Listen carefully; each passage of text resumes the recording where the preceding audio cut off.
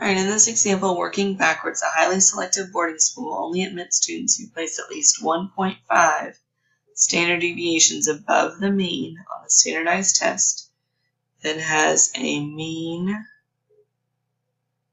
of 200 and a standard deviation of 26. What is the minimum score a student must make on the exam to get accepted into the school? So they're giving us the z-score, 1.5. We're trying to figure out x. That's what we don't know. So the z-score formula is z equals x minus mu over sigma. We have z as 1.5. We don't know x. We know the mean is 200. And we know the standard deviation is 26. With this information, we're going to use a little bit of algebra and solve for x. So you might have learned this a little bit differently. There's a couple of things you can do to solve for x. You can put the 1.5 over 1 and cross multiply. Or the way I teach it, you can multiply both sides by 26. Either way, you're going to get the same answer. Oops.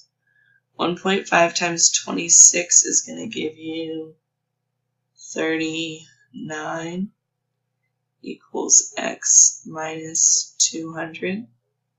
The reason we multiply by 26 is to cancel the denominator. And then we add 200 to both sides. So I know there's a problem or two in your homework where you have to work backwards and solve for x by plugging in the other numbers into the z-score formula and doing some real quick. Pretty simple algebra. So 239 is the minimum score to be accepted into that school. If you need to draw a picture, you can. You've got your curve. You've got your mean at 200. You can draw out 3 standard deviations. You can even fill them in with the standard deviation of 26. What we're looking for is the score that's 1.5, so right in there. Standard deviations above the mean, so any score in this area. And we're trying to figure out what that minimum score is so that you're accepted. Anybody above that score is accepted. So that's what we're looking for there. Alright, and there's one other extra example in your notes that was not in the previous videos. That's another example for box plots. So what you want to do, you want to put all of these values into L1 in your calculator. I do not have my calculator with me, so you guys will have to do this yourself. Put all those guys in L1 in any order. Watch your decimals. Get your 5-number summary.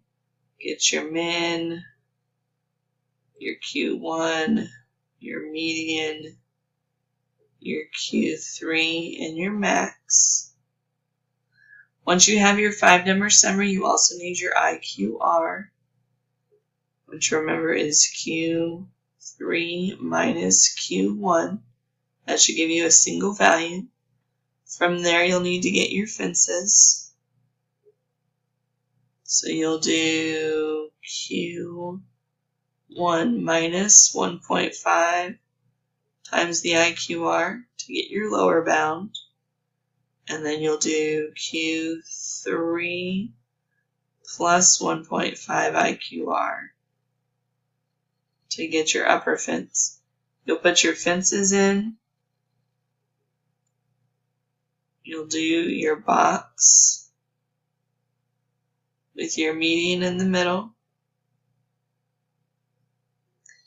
Q1, median, and Q3.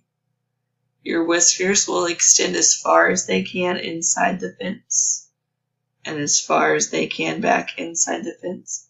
If you have any numbers on the outside of your fence, then you'll mark them with an X or a star or a dot. Again, I don't have my graphing calculator with me, so you'll have to put those numbers in yourself and get your values and just follow these instructions. If you have any questions over this, you can email it to me or we can work it after class on Saturday.